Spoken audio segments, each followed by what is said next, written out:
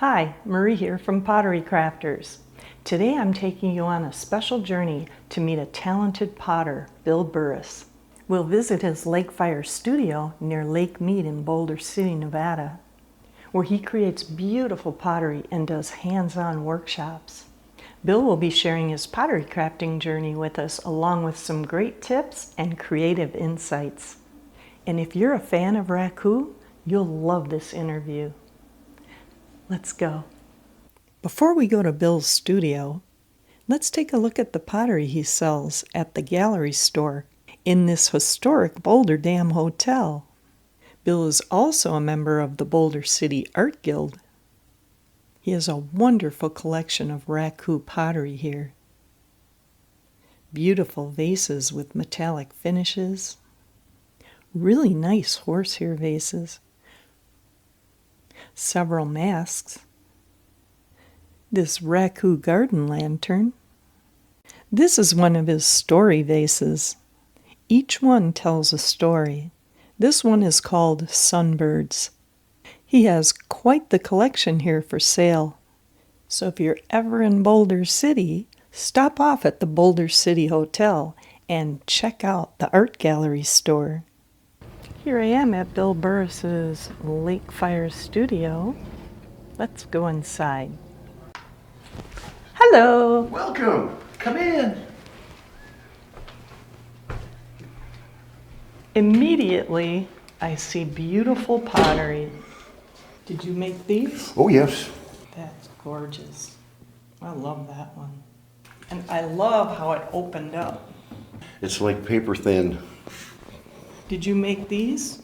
Yes. As a matter of fact, those were some of the pieces I've worked on when COVID started. The ones I have left, I've sold most of them. You have more fun pottery to show me? Of course. Of course. And there's a story behind all of them, but you don't have enough tape to go through that. Let's see, and I got this from Simon Leach when I visited his studio. My good friend Jim Henderson, who's no longer with us, did this, and those are Shino glazes. This is one of my favorite Raku glazes. Copper matte alcohol reduction. Wow. You spray it with alcohol. Just beautiful. What drew you to Raku? Well, even before I started in pottery, and my wife and I were in Balboa Park in San Diego, and there was an exhibition that a Japanese artist was having there, and he had this Raku pottery. There were no glazes involved with it, and they got all this beautiful coloring and so forth, and I just was fascinated. My wife had to drag me out of there after about 20 minutes. Come on, you've seen enough of this. And it just so happened, within a week, we got a thing in the mail advertising that adult ed classes. Beginners, experts, Raku, and Hi-Fire. Well, I went and signed up. Nice. What had changed for you after going to Brazil? Interesting. I've been to Brazil a lot of times. My wife is Brazilian. Oh, wonderful. And near where her father lives, which is usually where we stay, there's up in the mountains, the foothills there's a community of ceramic artists. This was back in the early 70s, I believe. Brazil made some kind of deal with these Japanese potters in Japan that they would give them land, they would help them do this and do that if they would start doing that. And there's an abundant source of clay, and there's also an abundance, most of the kilns that they use are wood-fired. So there's an abundant source of fuel, and now it's a thriving community. And we met several people, went up there and arranged to go and spend some time, about a week with one of the guys that I met there. It's like ceramics is ceramics, but no electric wheels. The Japanese karoketo, where they just kick them with their feet, they don't go very fast. Everything's real slow. What it did is it made me turn inward instead of trying to do something, working with what I had to do something. It was a cornerstone. You're mainly a wheel thrower. Do you do both together, or do you do any hand building? Yes, and it's fun. It's nice. It's real fulfilling. I have all the things to do it. I have a nice Bailey slab roller, and a lot of times I'll throw something and then alter it. And we went to Japan 3 years ago on a ceramic-based tour. We were there for, about three weeks. And while we were there, we did I'm not a sculptor. I have 5 left thumbs. So it's just like not my thing. But anyways, we had a workshop for 4 days with one of the internationally most wonderful sculptor and teacher. Her name was Lisa Clegg, and she got us through there. And there's a couple pieces up on that shelf that I did in Japan. Awesome. You had said happiness through chance. What does that mean in your work? Happiness through chance. When you're making something, and I do most of my work on the wheel, a wheel thrower, and it's not what I can make this clay do. It's how are we going to work together to get this done? What are you going to let me? How far will you let me stretch you? How high will you go? It's never exactly what you set out to do. It's always something a little bit different. So that's the by chance. A simple definition for the word Raku means something very similar to that, happiness by chance. Just to clarify things, this is not true Raku. What this is Western Raku, and the purists technically call it alternative firing methods. Because it doesn't only just include glaze on a pot, it includes fuming and horsehair and all these other things. They're alternative ways to fire pottery other than put them in a kiln and fire them. I noticed you have a lot of the horsehair vases there. They're beautiful. And I've tried it myself. The temperature has to be just right. I waited a little too long. Now, is there a particular clay that you love the most, or do you use several different types of clay? Are you mainly cone 10? Well, I only do 2 things in this studio. Occasionally something will change. We do cone 10 reduction firing, or we do Raku. So all the clays in my studio are all cone 10 clays, because they don't make a Raku clay that vitrifies at that temperature. I use certain clays for certain things. For example, some of the pots I really stretch them way out. They're paper thin. Sold 860 is probably the most elastic clay that I can use. It's just phenomenal that way, but it's an open body. It's really rough. So if I want to do things like the horsehair, where I want a smooth surface, I prefer to use Vegas buff. There's a couple other ones, but primarily that one, because you can Raku the daylights out of it and it won't crack, but you can just with a rib get it very, very smooth. I've actually burnished the Sold 860. I throw with it. I think it's pretty good. Well, it doesn't hurt my hands as much as I thought it would. I was going to say, most women do not like to use Sold 860 or be mixed with grog because it's real grainy and it kind of chews your soft little hands up. Yep. I love smooth clay. And I was actually surprised at how well I could work with the Sold 860. Be mixed with grog and it is also very workable. It doesn't quite stretch like the Sold 8 does. However, it's very good to work with too. And he has a pug mill. Yeah, helps out these old wrists from not having to wedge all of that stuff so much.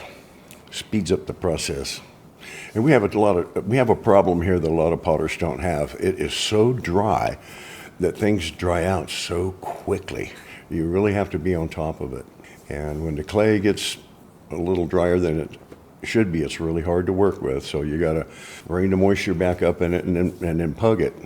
You do a lot of burnishing. Do you like to burnish? No, I hate to burnish. Do you? I do a lot of cheating. I leave the pots on the bat until they just leather hard, and then I put them back on the wheel and I really give them a good rub down with the stainless steel ribs, and it's basically burnishing it, and it gets it as smooth as it'll be. And then after it gets bone dry, a lot of them I'll put terracotta on it, and then burnish or polish between the coats on that, and it comes out, feels like a piece of marble, polished marble. Wow. And then do you burnish with slip also? No. Just colored clay? Well, you can color the terracotta. That's not green clay, that's green terracotta. This is blue terracotta. Do you just put stain in there? Mason stained. And it works best. You really got to mix it well, because there's some real grainy stuff in the Mason stain. And so you need to mix it up really good and let it set for a little bit, and some of that stuff will settle down in the bottom of it. Now I'm going to try it. That's a great idea. What is your favorite tool? Do you have a favorite tool? No, nothing favorite. There's some that I use regularly that are just real simple little tools. It's funny because during COVID, when it first started, stay home, don't go anywhere you don't have to. It's like, threaten me with a good time, lock me in the studio for a month, yeah. I worked on a series of pottery, and that kept me, and it was very detailed, and some of the pieces were pretty large. I have a couple of them left, but not many. I call it the royal family, and it was like a samurai era Japanese theme. So all the pots were named, all the colors had a story behind it, all this and that. Every one of my tools got named, including the sponges. I mean, you're by yourself, and you just got to keep the old brain going, I guess. Your Raku kiln is amazing. Did you build that yourself? No, that kiln used to belong to Aardvark when they had the store here in Las Vegas. And then when they closed everything down, a friend of mine bought it, and she didn't really like it. It was too big for her, so she sold it to me. It's made by Ceramic Services in California. I altered it, though. It used to have a kind of a garage door spring thing that helped lift it, but it didn't work very good, so I put an electric winch on it, so it just up, down. Nice. Well, Bill actually made a Raku kiln for my friend and I, and it works great. That's why I asked. Yeah, I made 2 of those kilns. I made them to be portable, to take them and do events outside of here. What do you use inside of your bins? Oh, the reduction cans? Yes. You need something that will catch fire and burn and create a carbon smoke, because places that are not glazed on the piece will turn black from the carbon. I've tried pine needles, I've tried dry grass, I've tried wheat straw, I've tried wood shavings, I've tried sawdust, I've tried everything. Nothing gives a better result than just using plain old newspaper. So it serves 2 purposes. One of them is that it burns the oxygen out of the atmosphere inside the can, so that the metallic pieces will stay shiny, and it produces smoke, which turns the clay black. And newspaper's a lot easier to deal with and has a lot less, all the natural products are full of resin and pitch, and it's sticky, and it takes 10 times as long to clean your pots off, and it's just a mess, if you ask me. Other people you're welcome to do whatever you want to do. I'm not messing with it. Now, when we were doing the Raku here, you had said that you don't want newspaper with pictures. Yeah, the glossy stuff in your newspaper, the ink is actually a kind of a clay. It just doesn't burn well. And then if you get a piece of that paper that's not burnt real well, it gets pushed over against your pot, it'll stain it. Oh. Do you make your own glazes? I try to make as many as I can. There are some store-bought glazes that I can't replicate that are so good. I just continue to use them.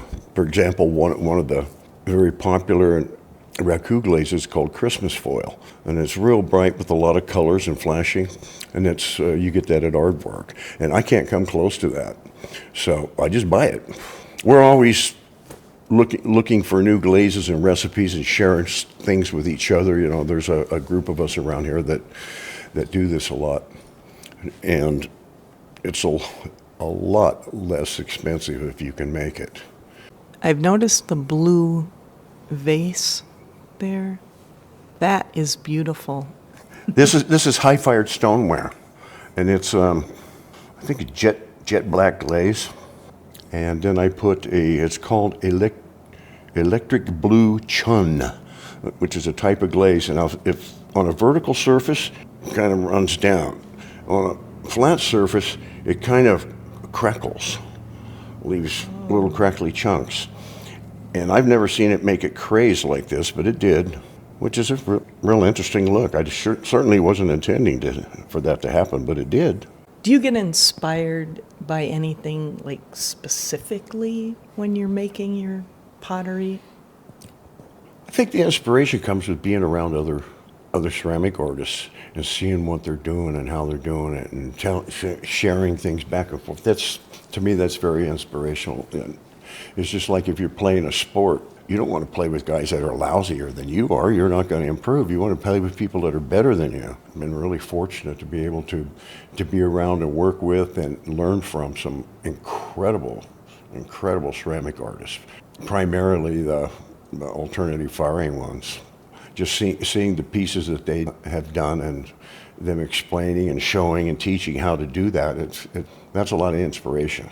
Is there anything else you want to share? You know, don't be afraid. It's just clay. When I very first started, he said, "Look, we're going to make like 10 or 12 pots, and you're going to throw the first 9 or 11 of them away. Don't worry about keeping everything and trying to make it a masterpiece. You got to learn how to do this, and the only way to do it is to do it."